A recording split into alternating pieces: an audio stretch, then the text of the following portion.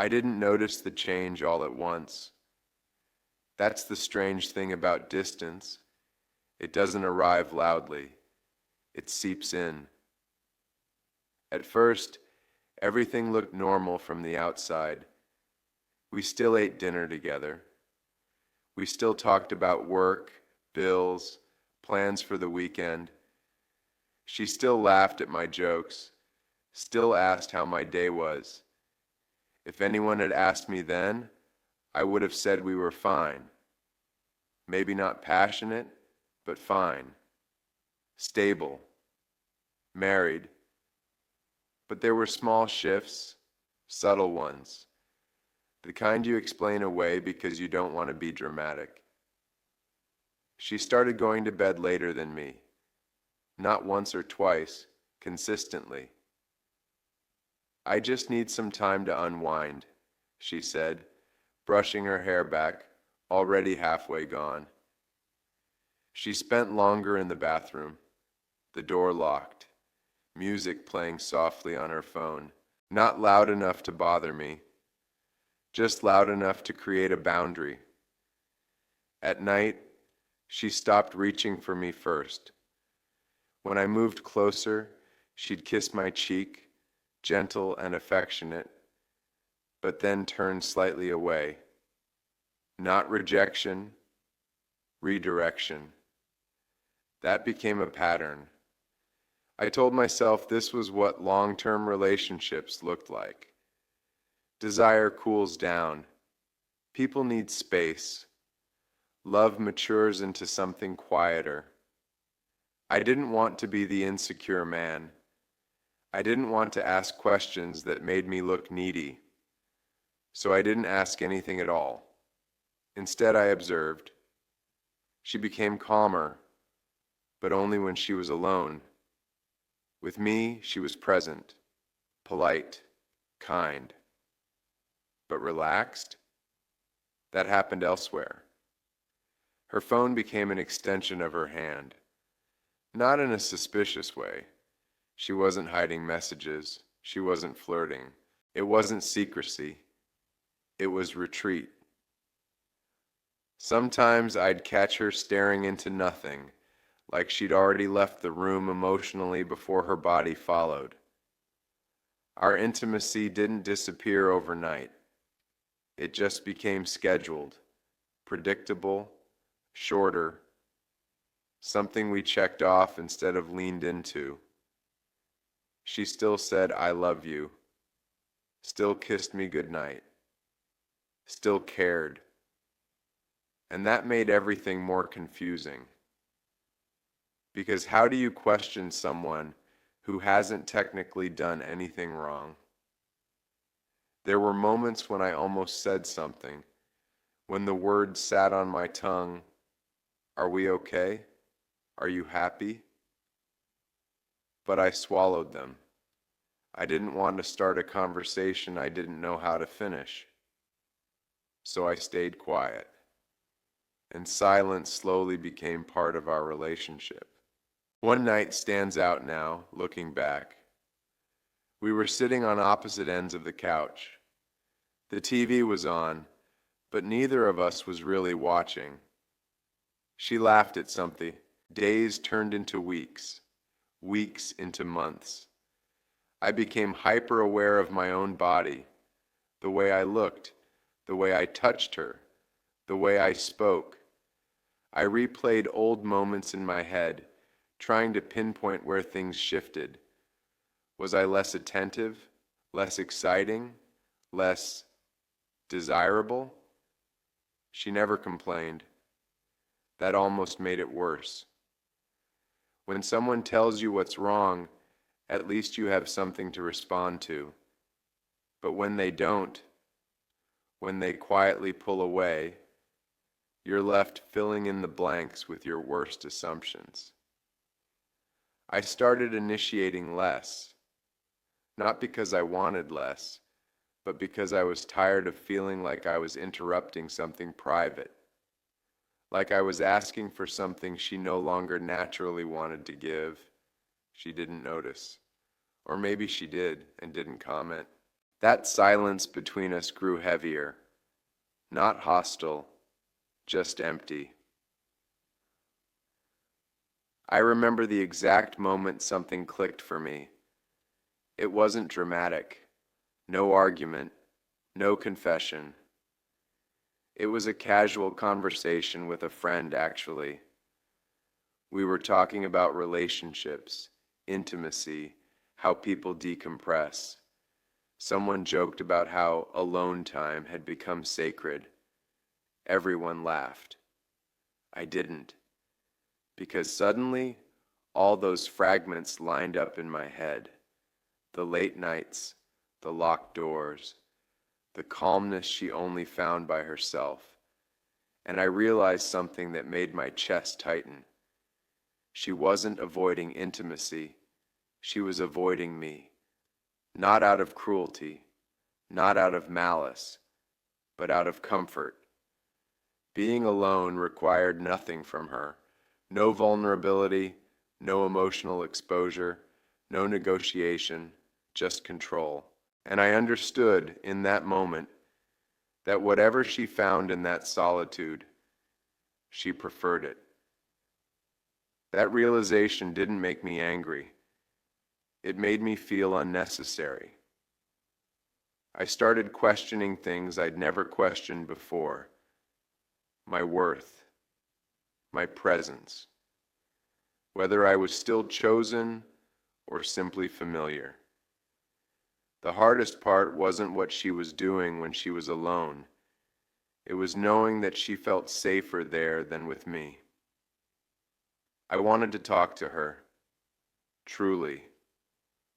I rehearsed conversations in my head, calm, respectful, non-accusatory. But every version ended the same way, with me sounding insecure, controlling, or dramatic. So I said nothing.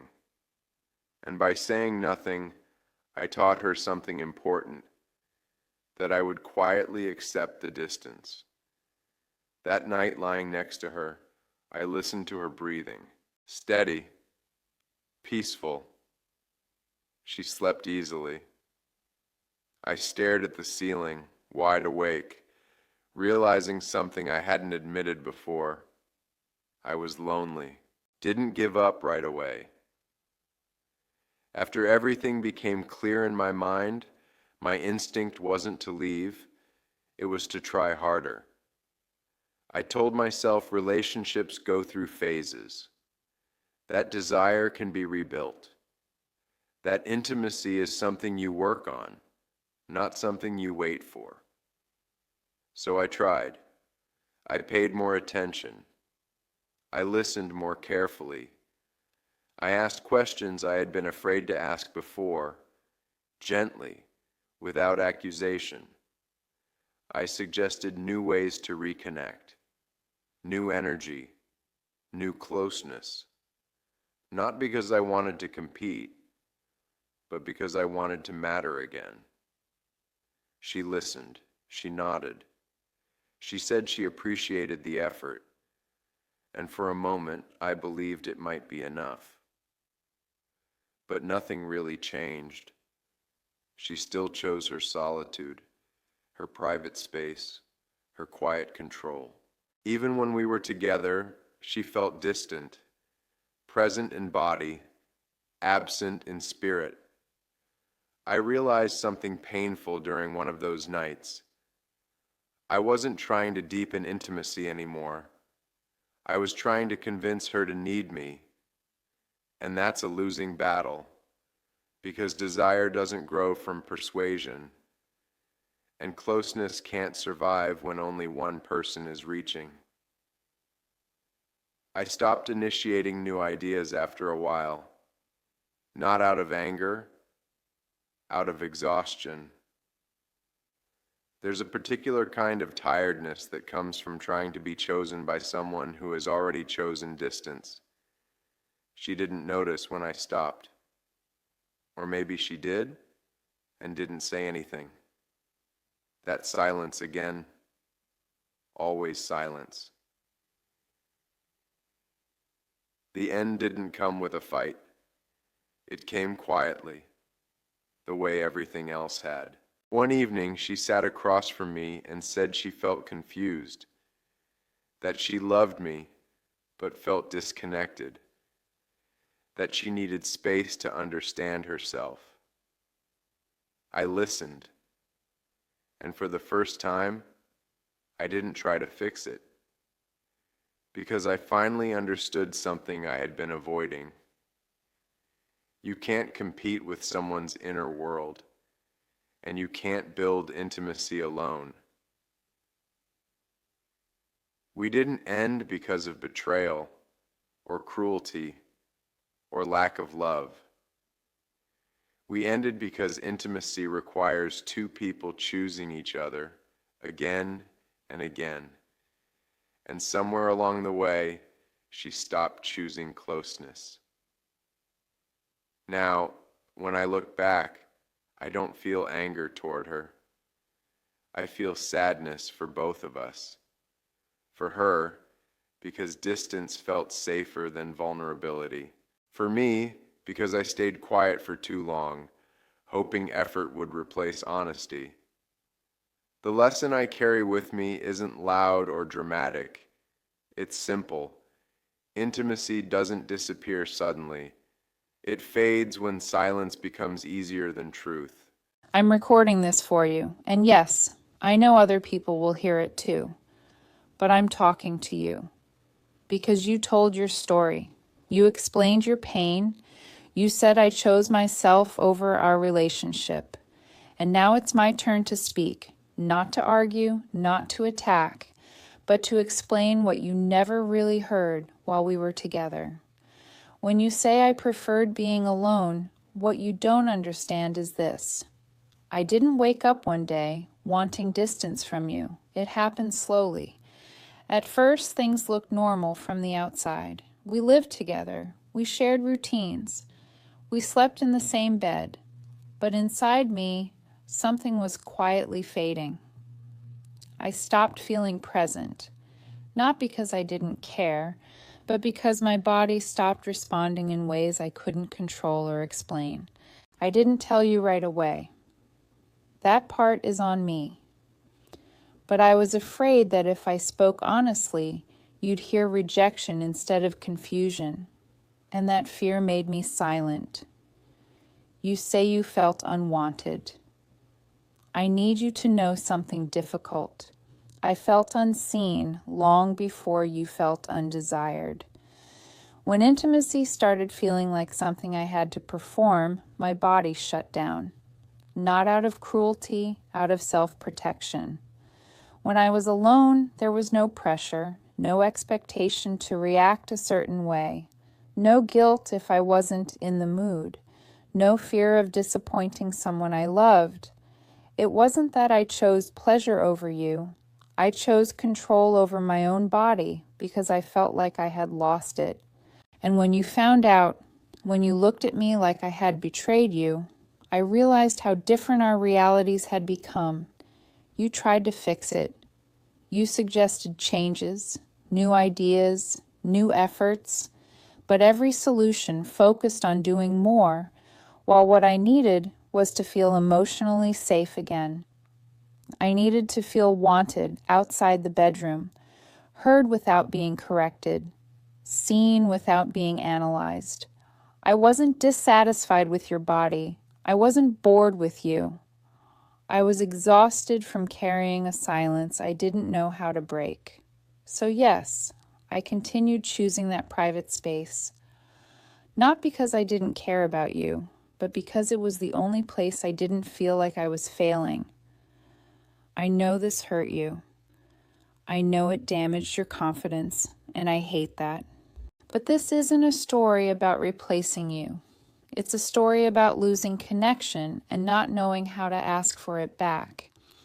If I could go back, I would speak earlier. I would risk your misunderstanding instead of disappearing emotionally. But now all I can do is tell the truth. I listened to what you said, all of it. And this time, I didn't feel the urge to interrupt you in my head. I didn't rehearse a defense. I didn't look for the sentence where I could say, yes, but I just listened. When you said sex started to feel like something you had to show up for instead of something you could arrive in slowly, that hit me, because I never wanted to be something you endured. I need you to know something first. I don't feel angry after hearing you. I feel sad, but clearer. You talked about safety, about pressure, about how my attempts to fix things made you feel like you were already failing. And I can see that now. I thought desire was something I could rebuild with effort, with creativity, with persistence. I didn't understand that for you. Desire wasn't broken. It was overwhelmed.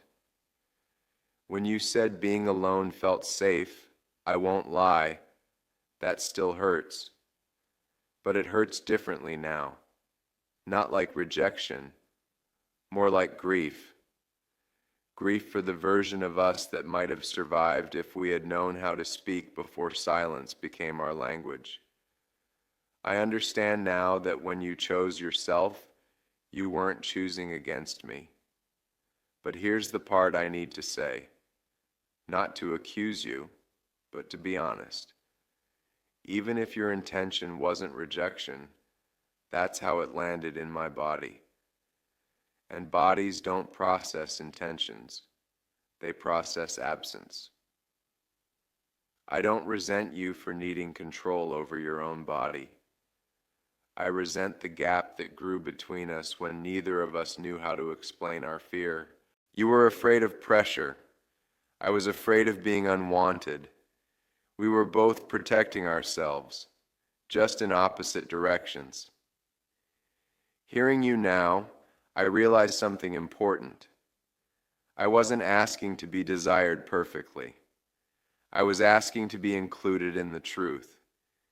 If you had told me you felt lost inside yourself, I might have felt pain, but not confusion. And confusion is what hollowed me out. I don't need you to take blame, and I don't need to rewrite the past into something cleaner. I just want this to be said clearly. You didn't fail me by needing space, and I didn't fail you by wanting closeness.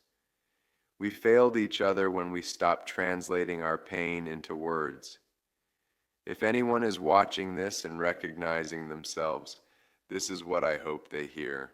Intimacy doesn't die because desire changes. It dies when silence becomes safer than honesty.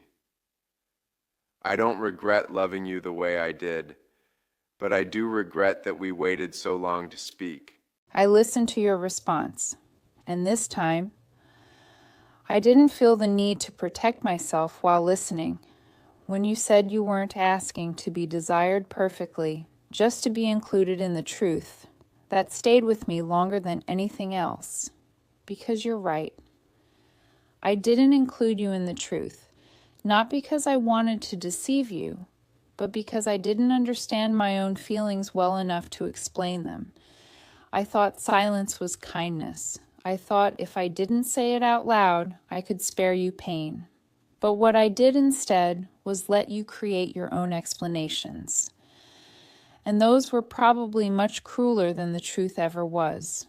When you said bodies process absence, not intention, I felt that. Because I was so focused on protecting my inner world that I didn't notice how empty yours was becoming. I need to say this clearly. I never wanted you to feel excluded from my inner life. I just didn't know how to invite you in without feeling like I was losing myself in the process. You weren't wrong for wanting closeness, and I wasn't wrong for needing space. But we were both wrong in thinking the other person would just understand without us having to speak.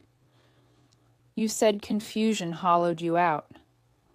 I believe that, and I'm sorry for the confusion, not as a dramatic apology, but as an acknowledgement of the space I left you alone in. I don't regret choosing autonomy over my body, but I do regret not explaining that my choice wasn't a rejection of you. I wish I had told you that I felt overwhelmed, not uninterested, that I felt pressure, not boredom, that I needed safety, not distance. Listening to you now, I realized something painful. While I was trying to feel whole again, I didn't notice that you were slowly disappearing, and that's something I carry with me, not as guilt, but as understanding. If I could speak to you without defensiveness now, I would say this: you weren't asking for too much. I just didn't know how to give it without losing myself, and I didn't know how to ask for help before pulling away. Maybe we didn't fail because we didn't love each other enough. Maybe we failed because we loved each other without knowing how to stay honest when it got uncomfortable.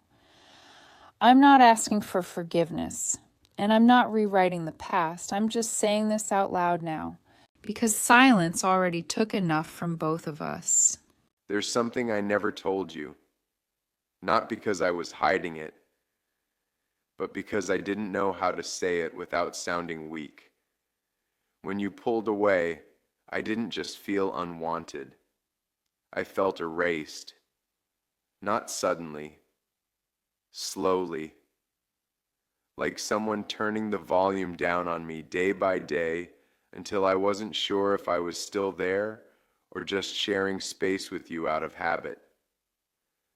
I stopped asking questions, not because I didn't care, but because every answer I imagined felt worse than silence. I started measuring myself in small, humiliating ways. How long before you turned your back in bed? How often you reached for your phone instead of me? How easily you fell asleep without touching me. You never said anything cruel. That's the part people don't understand. You didn't push me away with words. You did it by not reaching back. And that's harder to fight. Because how do you argue with absence without sounding desperate? I told myself I was being patient. That love meant waiting. But what I was really doing was shrinking myself to fit into the distance you needed. I became quieter, softer, easier to ignore. And the worst part? I convinced myself that was maturity, that wanting less was growth, that missing you silently was strength. It wasn't. It was survival. There were nights I didn't even want sex anymore. I just wanted proof that I still mattered to you, that my body still registered in your world. But asking for that felt like begging, and I couldn't survive being rejected out loud. So I stayed silent, and silence slowly rewrote the story of who I was to myself. I'm saying this now because people think loss only happens when someone leaves. But sometimes loss happens while both people stay. And you don't realize how much of yourself is gone until there's nothing left to give. This isn't an accusation, it's a confession. Because loving you taught me something painful and necessary. If you have to disappear to be loved, you're already alone. And I wish I had known that before I learned how to be quiet so well. I watched your last video alone. No notes, no pauses, no attempt to protect myself. Just me, your voice, and the weight of everything we never said when it mattered. When you talked about disappearing slowly, I felt my chest tighten, because I didn't notice the moment you started fading. Not because I didn't care, but because I was so busy trying to survive myself. You said you felt erased, And that word hurts more than anything else you've said so far, because I never wanted to erase you. I was just trying not to lose myself. I need to tell you something that might be hard to hear. There were moments when I saw you becoming quieter, softer, more careful. And instead of asking why, I felt relief. Relief that you weren't asking anymore. Relief that I didn't have to explain feelings I didn't fully understand. Relief that the pressure was gone. I didn't realize that my relief was built on your loneliness. When you said you stopped asking questions, I remembered all the times I told myself, "He's fine. He would say something if it was really bad. He understands me." Those were stories I told myself because the truth felt too heavy to face. The truth was, I didn't know how to hold my pain and yours at the same time, so I chose mine, quietly, selfishly. Without admitting that choice even to myself, you talked about shrinking yourself to fit into the distance I needed, and I hate that I let that happen. Not because I think you should have fought harder, but because I should have noticed sooner. I should have noticed that love isn't supposed to require disappearance. You said something that keeps echoing in my head, that you didn't even want sex anymore, that you just wanted proof you still mattered. And I need you to know this, even if it comes too late. You mattered. You mattered even when I couldn't reach you. You mattered even when my body was closed off. You mattered even when I chose silence over honesty. But I understand now that matter isn't enough when it isn't felt. I want to be honest about something I've never admitted out loud. There were nights when I felt you lying next to me, awake, and I pretended not to notice. Not because I didn't care, but because I was afraid of what you might ask. Afraid that I wouldn't have the answers. Afraid that opening that conversation would expose how lost I felt. So I stayed still, and every time I did that, a small distance became permanent. You called what you did survival. I didn't think there would be anything left to say after hearing you. I really didn't. But the truth is, your last words didn't close anything inside me. They opened something I had kept buried for a long time. Not anger, not blame. Something quieter, something heavier. Grief. Not just for you, but for the version of myself I became while trying to love you correctly.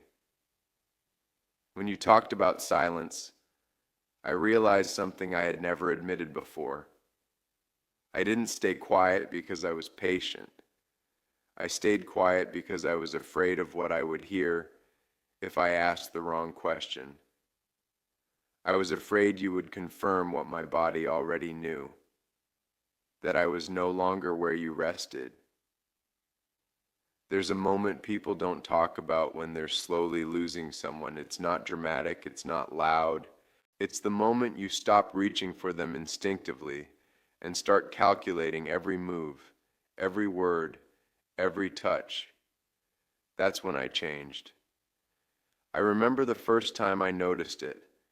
I was lying next to you, wide awake, staring at the ceiling, rehearsing a sentence I never said. I don't even remember what the sentence was anymore.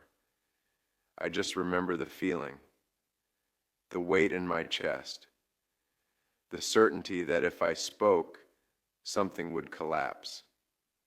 So I swallowed it. And I got very good at swallowing things. You said you felt relief when I stopped asking. I believe you. Because I thought what I was giving you was space. I didn't realize I was also giving up parts of myself in the process. I told myself this is what love looks like sometimes. Compromise, understanding, maturity. But there's a difference between compromise and disappearance. and I crossed that line without noticing. I stopped talking about my fears. I stopped admitting when I felt insecure. I stopped telling you when I missed you even though we were in the same room. I became easier, quieter, less demanding. And people praise men like that. They call it strength. But what they don't see is the cost. The cost is waking up one day and realizing you don't recognize yourself anymore, that your needs feel embarrassing, that your longing feels like a flaw instead of a human instinct. I didn't want to control you. I didn't want to own your desire. I just wanted to feel chosen without having to beg for it internally. You talked about safety. I don't think I ever told you how unsafe I felt inside my own head. Every time you pulled away without explanation, my imagination filled the silence with stories where I was lacking, where I was boring. After that moment, nothing felt the same. I didn't confront you. I didn't ask questions. I didn't even know how. Because once a man realizes the story in his head is incomplete, he becomes afraid of what else he might have misunderstood. I replayed our memories differently. The nights I thought you were tired. The mornings I thought you were distant. The silences I assumed were temporary. I see them now as small cries I never learned how to hear. And that realization hurts more than anger ever could. You see, when desire disappears, men don't process it as absence. We process it as failure. Every time you turned away, every time your body felt elsewhere, my confidence quietly eroded. I didn't say it out loud, but I started performing instead of connecting, trying harder, planning more, offering solutions you never asked for. I thought effort could fix desire. I thought love was enough to override discomfort. I didn't know that safety mattered more than passion. When I suggested new things, I believed I was opening doors. I didn't realize I was cornering you. I wish I could tell you I understood that back then. But the truth is, I didn't. I was scared. Scared that if I stopped trying, you would disappear completely. Scared that if I admitted how rejected I felt, you'd feel responsible for my pain. So I swallowed it. And resentment grew in the quiet places.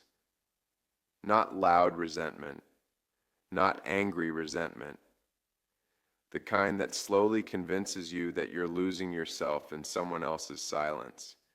When I finally learned the truth, it didn't feel like betrayal at first. It felt like confirmation. Confirmation that my body wasn't wanted. Confirmation that intimacy had become one-sided. Confirmation that I was fighting alone. And that broke something in me.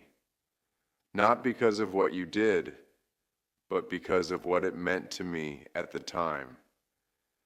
I see now that you weren't choosing isolation over me. You were choosing autonomy, control, relief. But in that moment, all I could feel was abandonment.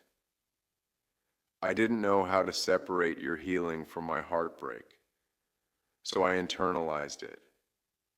I became quieter, more careful, less expressive. I stopped initiating not because I didn't want you, but because rejection teaches a man to retreat. You said you needed space inside your own body. What I never said was that I started feeling homeless in mine. I want you to know something now. I don't think you were wrong, and I don't think I was weak. There's something no one tells men about loss. It doesn't always arrive loudly. Sometimes it arrives as self-doubt disguised as patience. After everything came into the open, I didn't feel angry anymore. I felt small, not in a dramatic way, in a quiet, humiliating way. I started questioning parts of myself I had never doubted before. My masculinity, my desirability, my worth when stripped of effort and performance. I asked myself questions I was ashamed to ask. Was I ever truly wanted, or was I simply convenient for a while?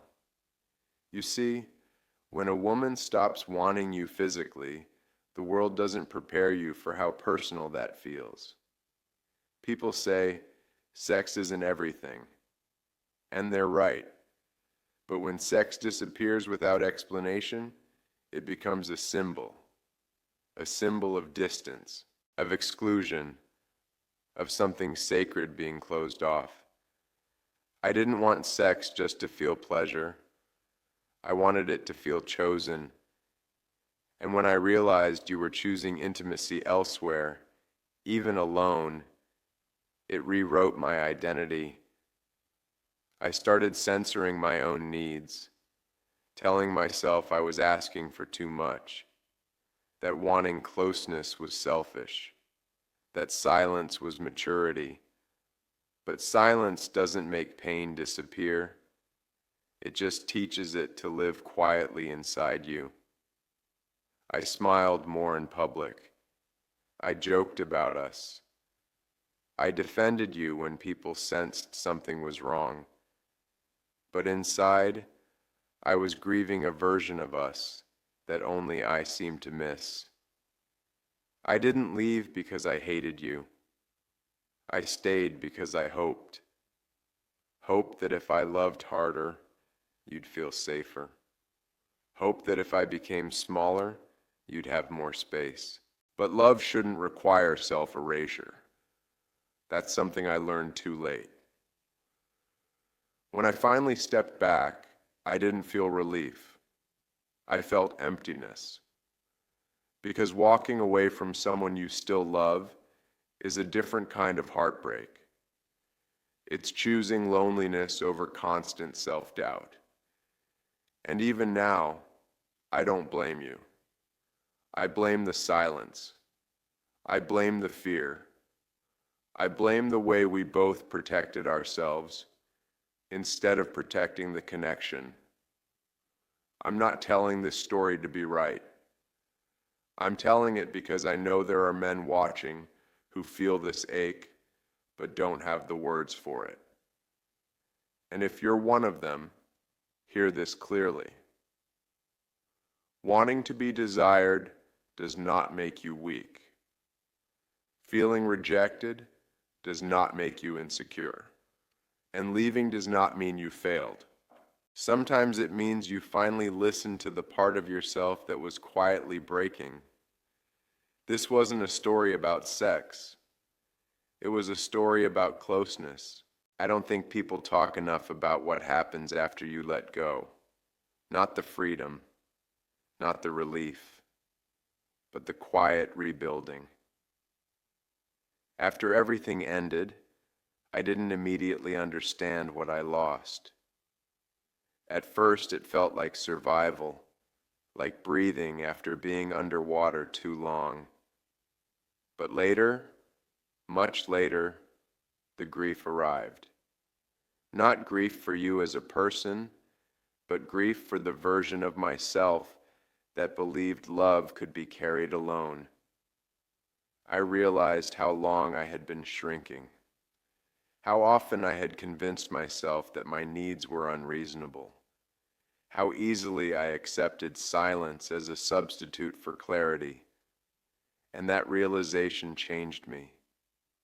I stopped chasing reassurance, stopped explaining myself into exhaustion, stopped measuring my worth by someone else's desire. Not because I stopped caring, but because I finally cared about myself.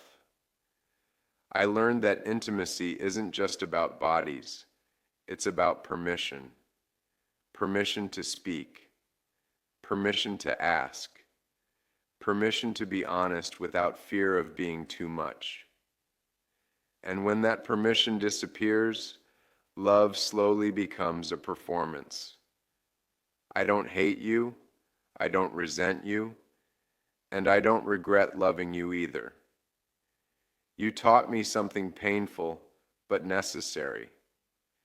You taught me that being patient is not the same as being understood, that staying silent is not the same as being strong, and that love without communication is just two people surviving side by side. If I could say one last thing to you and to anyone watching this, it would be this. Don't wait until resentment becomes your language. Don't let fear replace honesty, and don't confuse endurance with devotion. Love should not require you to disappear in order to keep someone else comfortable. I loved you, and in losing you, I found the parts of myself I should have protected sooner. That's the truth I carry now, not with bitterness, but with clarity, and that's enough. Section 1. This was never about sex. When couples come into my office with stories like this, they often begin by talking about sex, frequency, desire, preference, rejection. But sex is rarely the real issue. Sex is the language the conflict uses, not the conflict itself. In this story, intimacy didn't disappear because attraction vanished. It disappeared because emotional safety slowly eroded. When someone chooses solitude over shared intimacy, it's often not about wanting less connection. It's about needing more control. Control over one's body, over expectations, over pressure that may not have been spoken, but was deeply felt. Section 2. Desire cannot survive fear. One of the hardest truths for couples to accept is this. Desire does not respond to obligation. It responds to safety. In this dynamic, both partners were hurting, but in opposite ways. The man experienced rejection and internalized it as inadequacy. The woman experienced pressure and internalized it as threat. Neither of them was wrong, but without communication, each person became the other's trigger. When desire begins to feel like a responsibility, the body often shuts down, not out of cruelty, but out of self-preservation. Section 3. Silence is the most dangerous pattern. What stands out most to me is not what happened, but what wasn't said. Silence is often mistaken for maturity. In reality, silence is avoidance wearing a polite mask. Both partners tried to protect the other by hiding their truth. The man hid his pain to avoid burdening her. The woman hid her discomfort to avoid conflict. And in doing so, they deprived each other of the chance to understand. Intimacy doesn't die from conflict. It dies from unspoken fear. Section 4. Two people can be right and still lose each other. This is the part many viewers struggle with. They want a villain, but there isn't one. The woman wasn't selfish. The man wasn't insecure. They were both responding to pain with the tools they had at the time. When autonomy clashes with connection, and neither person knows how to translate their needs, love becomes lonely, even when it's mutual. Sometimes relationships don't end because love is gone, but because safety never fully arrived. Section 5. The real lesson for anyone watching. If there is one takeaway from this story, it's this. Your needs are not wrong, but they are your responsibility to express. Section 1. The body always speaks first. Before people understand their pain intellectually, their body reacts. Withdrawal from sex is rarely a decision. It's a signal. In this story, the woman's body chose distance before her mind could explain why. And when the body says no long enough, forcing a yes becomes impossible. This doesn't mean desire was gone forever. It means safety hadn't been restored. Bodies don't respond to logic. They respond to how safe they feel over time. Section 2. Masculinity and sexual rejection. For many men, sexual rejection isn't experienced as disappointment. It's experienced as identity threat. This is not weakness. It's conditioning. Men are taught, directly or indirectly, that their value is tied to being wanted. So when intimacy disappears, many men don't ask why. They ask what's wrong with me. That internalization creates shame, and shame makes honest conversation feel dangerous. Section 3. Self-pleasure as regulation, not replacement. One of the biggest misconceptions in stories like this is the belief that self-pleasure replaces a partner. In most cases, it doesn't. It regulates the nervous system. It offers control without performance, relief without expectation, connection without vulnerability. That doesn't make it healthier, but it explains why it can feel safer than partnered intimacy during emotional distress. Section 4. Effort without attunement becomes pressure. The man in this story didn't withdraw. He tried harder. But effort without emotional attunement often feels like pressure, not care. When one partner is trying to fix and the other is trying to protect themselves, both feel unseen. Good intentions do not cancel impact, and love without understanding can unintentionally wound. Section 5. Why this story feels so uncomfortable. This story unsettles people because it doesn't offer an easy conclusion. No betrayal, no clear villain, no simple fix. It forces us to sit with a harder truth. Sometimes two people can deeply care for each other and still activate each other's wounds. Healing doesn't always mean reunion. Sometimes it means recognizing that the relationship ended not from lack of love, but from lack of safety and shared language. And that awareness, painful as it is often the beginning of growth. I've known her since before love complicated her, before she learned how to smile while hurting, before she learned how to stay quiet to keep peace. So when I watched both of your videos, I didn't look for who was right. I looked for where she disappeared because I saw that happening long before you noticed it. She didn't wake up one day and decide to pull away. She slowly learned that explaining herself never changed how unsafe she felt. And eventually, silence felt easier than disappointment. Or Section 2. She wasn't trying to replace you. I need to say this clearly. She wasn't choosing something over you to punish you. She was choosing something that didn't ask questions, something that didn't require performance, something that didn't make her feel watched, evaluated, or compared. You saw distance, she felt pressure, and neither of you had the language to bridge that gap. That doesn't make you blind, it makes you human. Section 3. I saw her guilt, even when you didn't. What you didn't see, and what she never told you, was the guilt. The way she blamed herself for not being normal enough. The way she wondered if she was broken.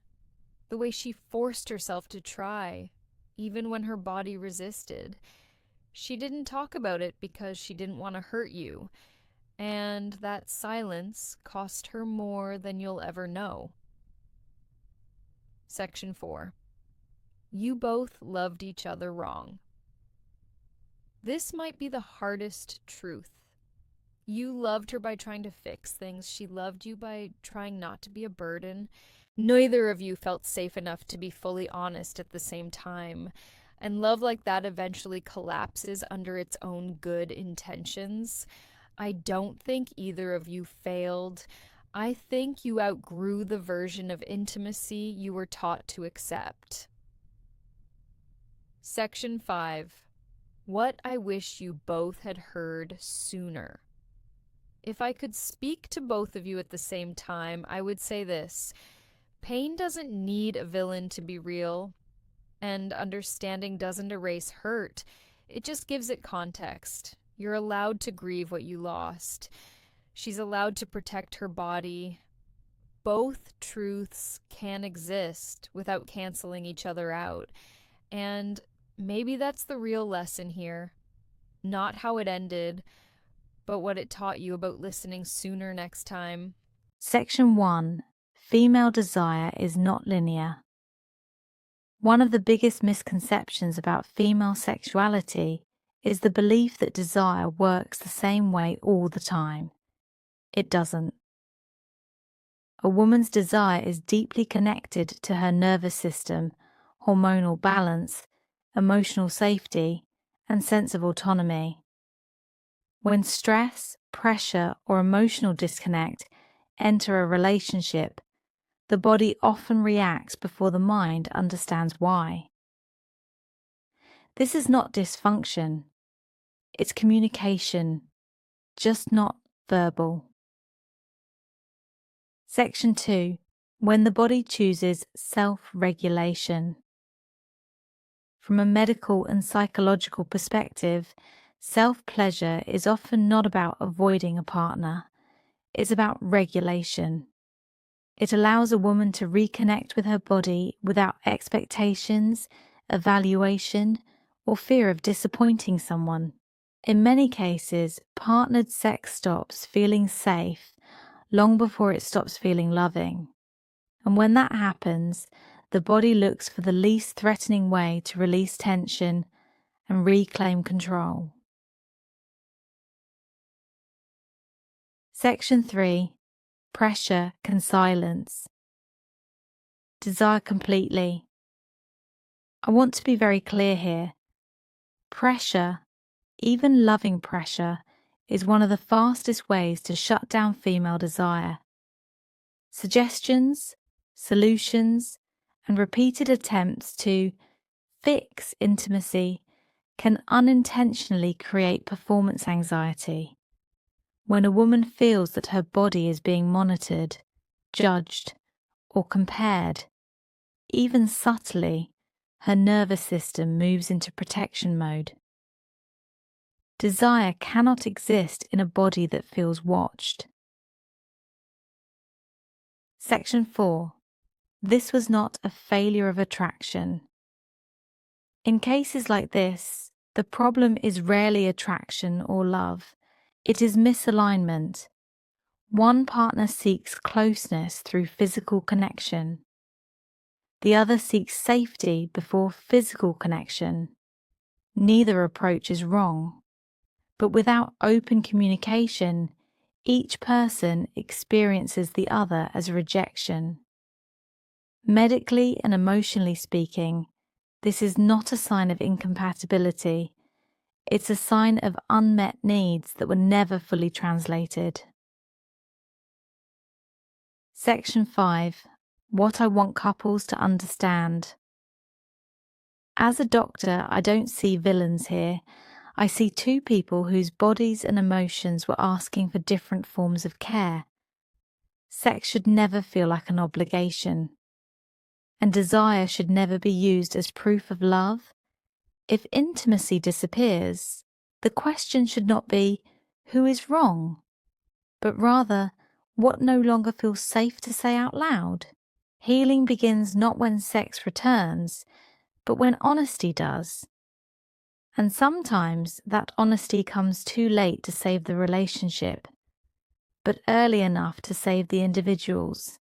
Section 1. I raised her to be quiet about pain. I grew up in a time where women were taught to endure, not explain. We were told that good relationships meant patience, sacrifice, and silence.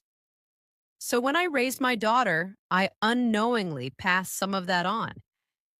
I taught her how to be strong, but not always how to speak when something felt wrong. When I watched your stories, I realized how familiar her silence looked. Section 2. I saw the change. Before the distance, mothers notice things others don't. I saw the way her laughter softened, the way her body held tension even at rest, the way she avoided conversations about closeness. She didn't complain. She never said you were cruel. She never said you were unfair. She only said, I don't know what's wrong with me.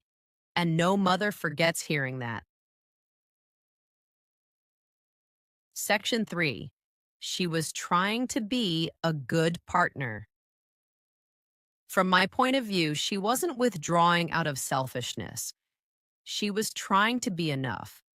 Enough for the relationship. Enough for expectations she didn't know how to meet. Enough for a version of womanhood that didn't fit her body anymore. I saw her forcing herself to try when her eyes were already tired. That's not rejection.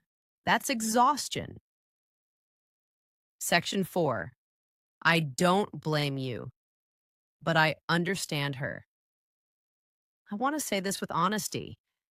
I don't see you as a bad man. I see a man who wanted closeness and didn't know how to ask without creating fear. And I see my daughter, who needed safety but didn't know how to explain it without feeling guilty. You both loved each other with the tools you were given. Unfortunately, those tools didn't match. But Section 5, what I wish for both of you. If I could speak as a mother, not just hers, but to anyone watching, I would say this. Love should not require a woman to disconnect from her body. And love should not require a man to doubt his worth.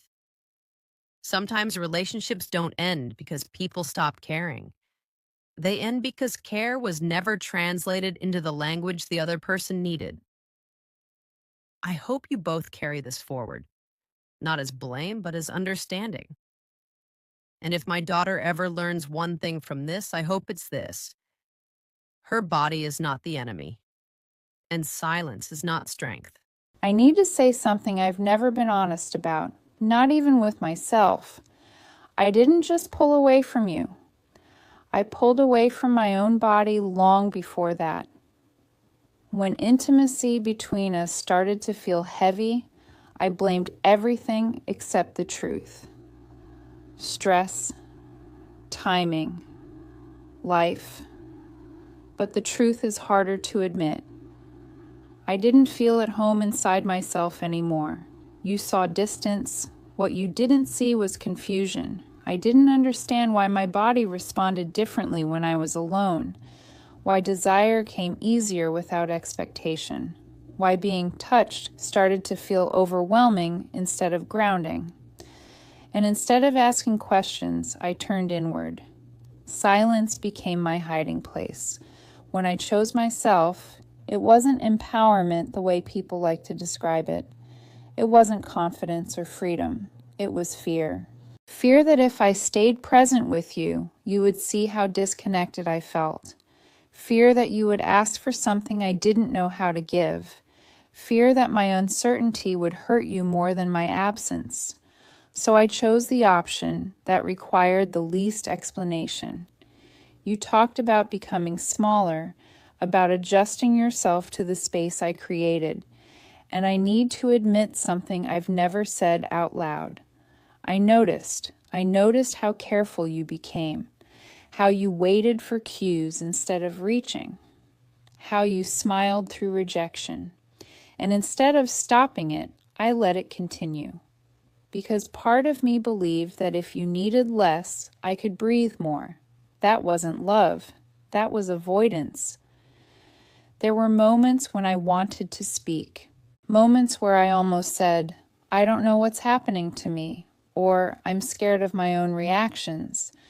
But every time I imagined that conversation, I saw disappointment in your face, and I couldn't handle being the source of that. So I chose to disappear emotionally rather than risk being fully seen. When you said you stayed silent because rejection out loud would have destroyed you, something inside me tightened, because I think I knew that. And I stayed quiet anyway. That's the part I struggle to forgive myself for. I told myself I was protecting us, but I was really protecting my image of myself, the version that wasn't broken, confused, or unsure. I need to say this clearly. My dissatisfaction was never about your effort. It wasn't about attraction. It wasn't about you failing me. It was about my inability to stay present when intimacy required vulnerability instead of control. After you were gone, I thought the hardest part would be missing you. I was wrong. The hardest part was realizing how quiet my life became. Not peaceful, just empty. There's a difference, and I learned it the slow way. At first, I told myself I was finally okay.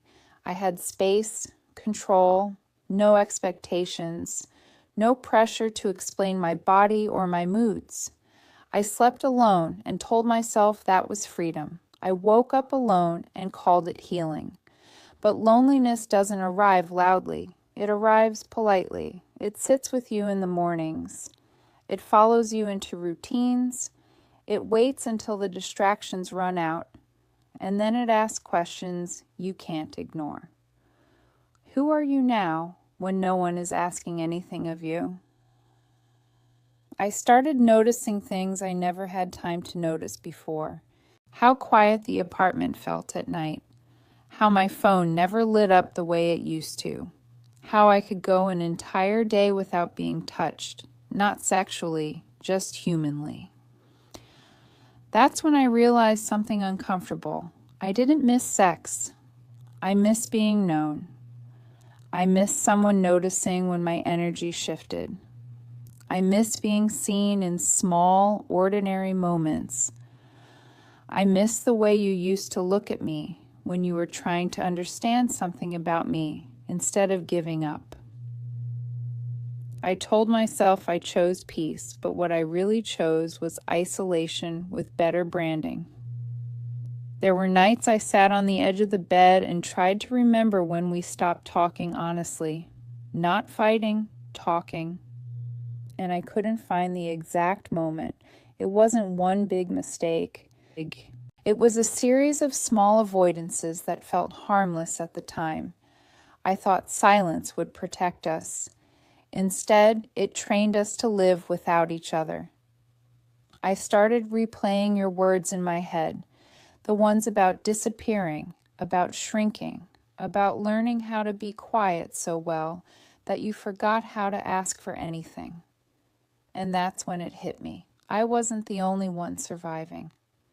We were both starving, just in different ways. You starved for reassurance. I starved for safety. And instead of feeding each other, we slowly learned how to eat alone. I wish I could say I understood all this while we were together. I didn't.